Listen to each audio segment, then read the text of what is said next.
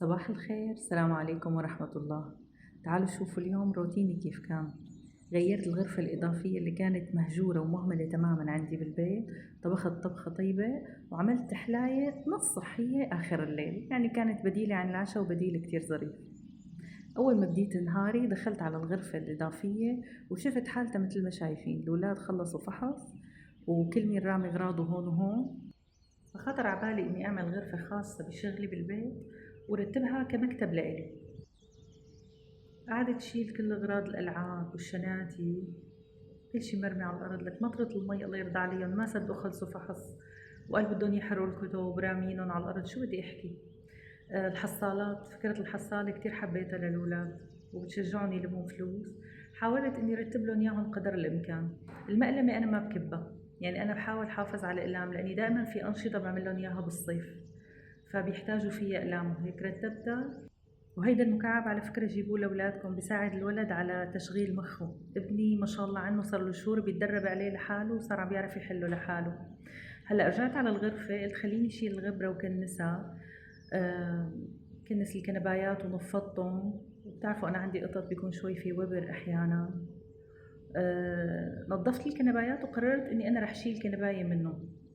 هي أول كنباية. الغرفة ضيقة وأنا كنت ناوية أعملها دريسنج روم، حط فيها علاقات وأعملها غرفة ملابس، بس لا، خطر عبالي إني هيك بستثمرها أحسن. هلأ شوفوا شو سويت فيها. خليت أول كنباية وخليت الطاولة قديمة كتير. فرح شيل كل الألعاب، ضبضب الدنيا والأرض. الكنباية هيدي قررت إني أنا شيلها، يعني أنا ما رح خليها إن شاء الله. فعملت تنظيفة صغيرة للغبرة وراها، وأكيد الخانم والأفندي لازم يكونوا بالنص، هيفن وكراميل. شلتن لهدول. الطاولة أكيد بدها تنظيف مثلا الغبرة، بس هي قديمة، فحتى تعطيني شعور حلو إني أنا قاعدة على شي جديد، على شي نظيف ومرتب. مسحتها بالمعقم اللي دائما بقلكن إني بنظف فيه بيتي، اللي هو عبارة عن ديتول أزرق ونقطة خل ومي. رح شيل الكنباية وحط مكانها طاولة عندي إضافية بالبيت. وركبت غطا جديد للطاولة لونه أبيض حتى يعطيني طاقة إيجابية.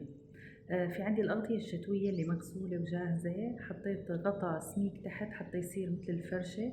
حطيت فوقه الغطا اللي لونه حبيت اللون يعني، وحطيت مخدتين وراهم حتى يصيروا مثل المدة العربية. وغطيتهم بشال صوف عندي ما لازم لي حاليا. غطيتهم حتى يطلع شكلهم يعني مدة عربي أو عدا عربي. الحيط فيه شوية عيوب، غطيتها بهي العلاقة هلا رح تشوفوها كتير لذيذة، فيها جياب. أحيانا كنت أقول لهم لأولادي حطوا أمنياتكم فيها، اكتبوا شو أمنياتكم وخلوها بالجياب. هلا بفرجيكم إياها بشكل واضح. جبت الأقلام اللي بحتاجها. أنا أي فكرة بتخطر على بالي، فكرة فيديو جديد أو مشروع جديد، لازم أكتبها على دفتر. بشعر إنه الكتابة على الدفتر بتعزز الفكرة ببالنا. يعني أحيانا بيخطر على بالنا فكرة معينة بالتعامل مع أولادنا، فكرة نعبي فيها وقت أولادنا. إذا كتبناها على ورقة رح يخطر ببالنا أفكار جديدة وطريقة جديدة بتنفيذها. هي الشغلة كتير حلوة. حطيت اللابتوب ونظارتي الطبية، هي عبارة عن فلاتر لتحمي العيون من شاشة الموبايل واللابتوب. الطاولة الثانية خليتها لأغراض الأعمال اليدوية. رح أبدأ معكم إن شاء الله بفيديوهات، سلسلة من الفيديوهات لحتى نتعلم فيها الأعمال اليدوية اللي بنقدر نعمل منها دخل أو حتى نعمل ماركة خاصة فينا. فأنا حطيت الألوان مثل ما شايفين مع الشمع بعلبة لحال.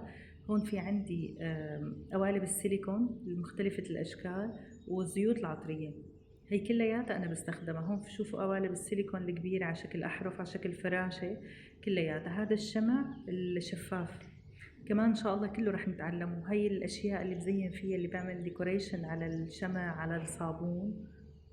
هاي نجمة البحر اسمها على ما أعتقد. وفي عندي البرتقال المجفف كتير بحب استخدمه بأكتر من قصة يعني.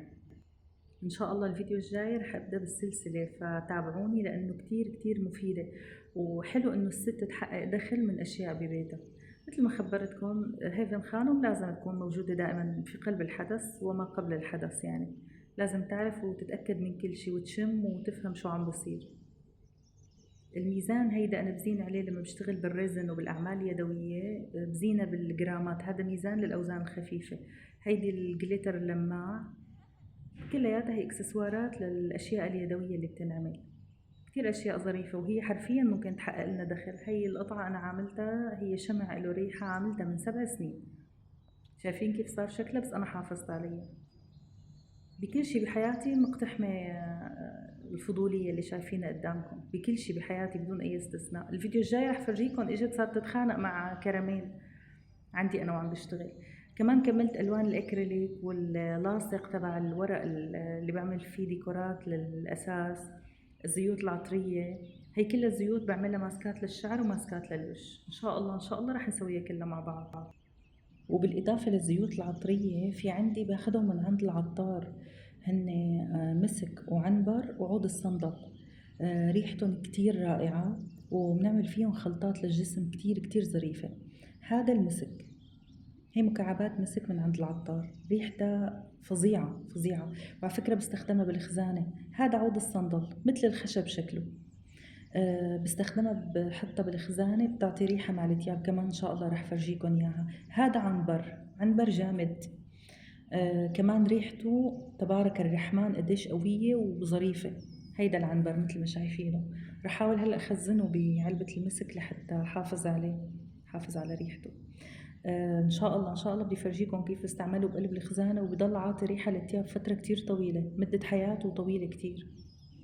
كل هاي زيوت عطرية أنا بستعملها وبحبها، والحمد لله هاي النتيجة طلعت الغرفة حلوة كتير. ممكن أشرب فنجان قهوة على الأرض على القعدة المدة اللي عملتها.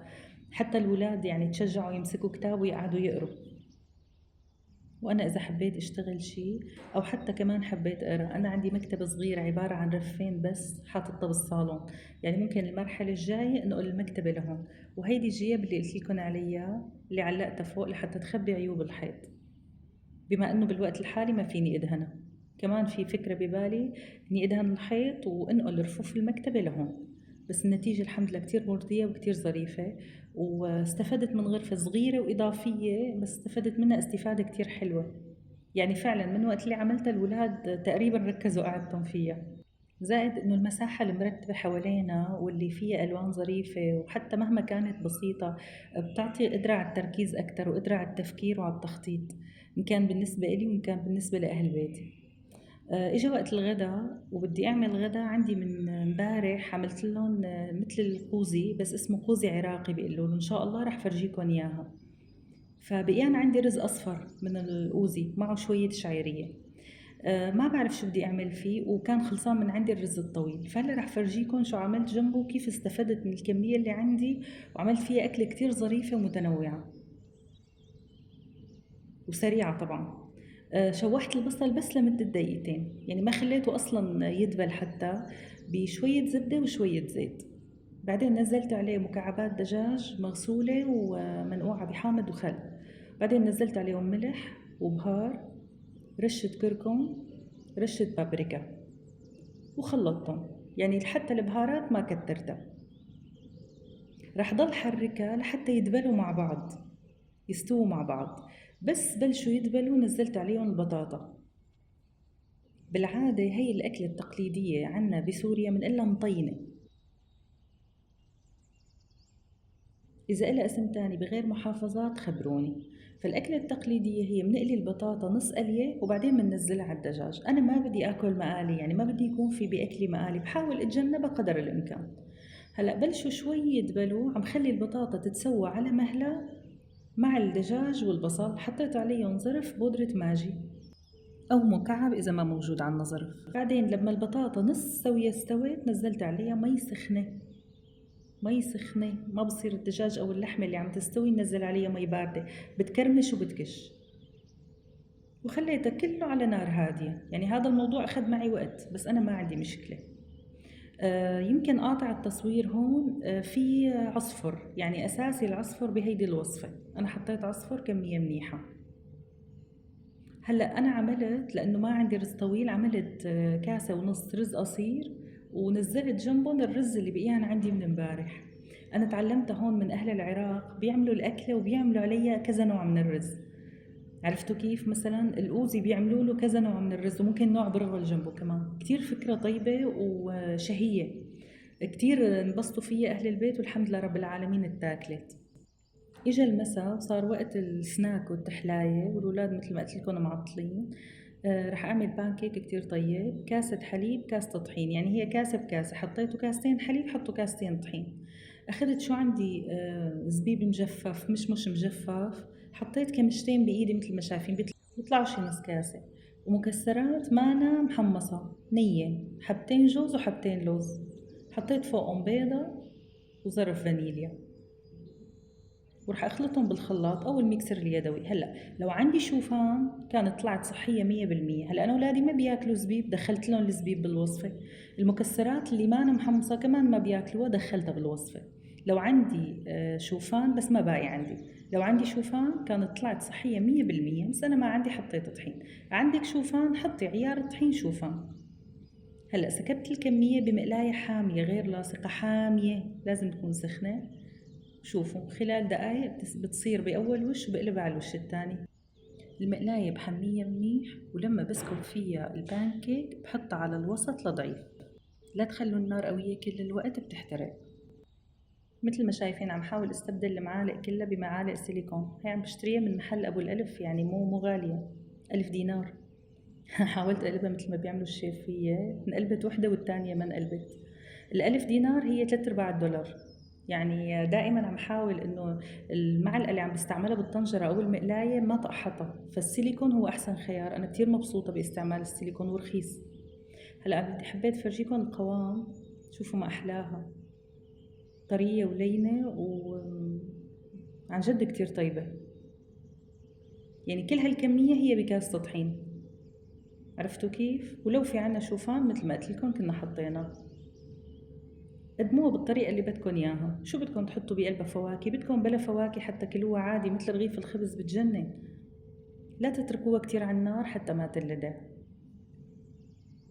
أنا وعم سوي باقي الكمية اللي بقيانة رح زين صحن وفرجيكم كيف بقدمها. أنا بحط فيها الفواكه اللي عندي بالبيت أو اللي بحبوها أولادي، بعملها الطبقات كمان اللي بحبها على ذوقي، وبحط على وشها عسل. كمان بستغل الفرصة حتى ياكلوا عسل الأولاد. وبس زينوها بالطريقة اللي بدكن إياها. كمان زينتها بمكسرات مانا محمصة، وطلعت هيك طبقات وشهية وظريفة. الحمد لله على النعم. إن شاء الله تكونوا انبسطتوا فيديو اليوم. السلام عليكم ورحمة الله.